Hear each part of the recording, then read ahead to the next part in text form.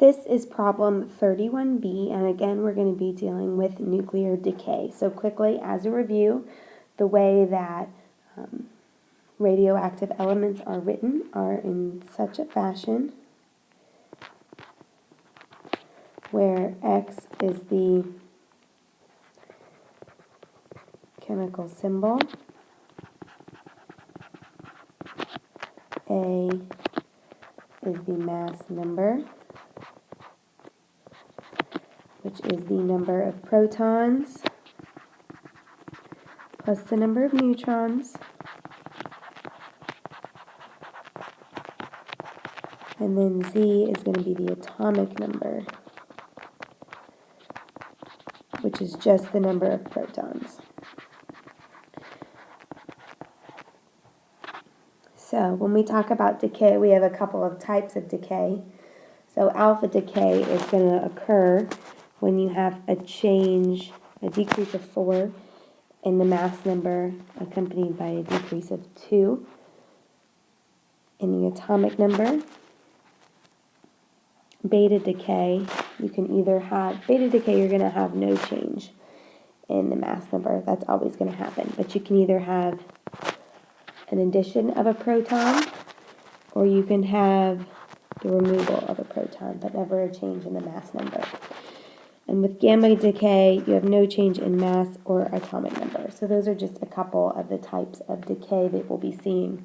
So when you look at one of these decay reactions, you see that you have the parent element, which decays into the daughter nucleus, and then the type of decay particle that you have. So an alpha particle, a beta particle, a gamma particle.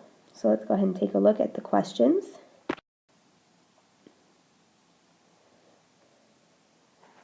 So when we are solving these questions, we want to make sure that what's on the left side is equal to what's on the right side. So the number of neutrons and protons in the mass number on the left-hand side of the arrow is equal to the number of neutrons and protons in the mass number on the right-hand side of the arrow, and the same goes for the atomic number. So you can see that the mass number is the same, but there is a difference in the atomic number. So here, mass number is the same, but you have a difference of 1 in the atomic number. So this will be written as a beta decay. I'm going to go ahead and skip the second one real quick, so we'll hop down to the third one. For the third one, the mass number is the same, but you have an increase in the atomic number. So mass number is the same, plus 1 in the mass number, plus 1 in the atomic number, so that's also going to be a form of beta decay. So the final one, you have a change in the mass number of -4, change in the atomic number of -2, and that's going to be alpha decay. So now if you come and you look at the second problem, and all of these others, you can see that basically what we were doing is addition and subtraction. So down at this bottom one, you had 210, 83. And you can, of course, always write this out to double check yourself.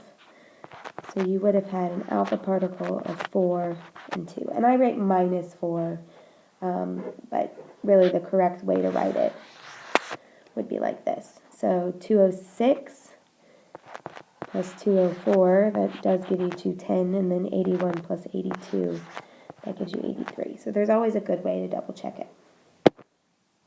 So if you look up in this second one, you're going to want to make the mass number 1 and the atomic number 0. So in order to make the mass number 1 on the right-hand side, you have 0. In order to make that mass number 1, you have to have a mass number of 1 for element X. In order to make the atomic number 0, this beta particle lost a proton. So we need this other element to have 1 1 is the atomic number in order to satisfy this equation. So the way that that's written is like that. So in summary, this first problem should go in that box. The second one is going to go over here. The third one here. And the fourth one as an alpha particle over there.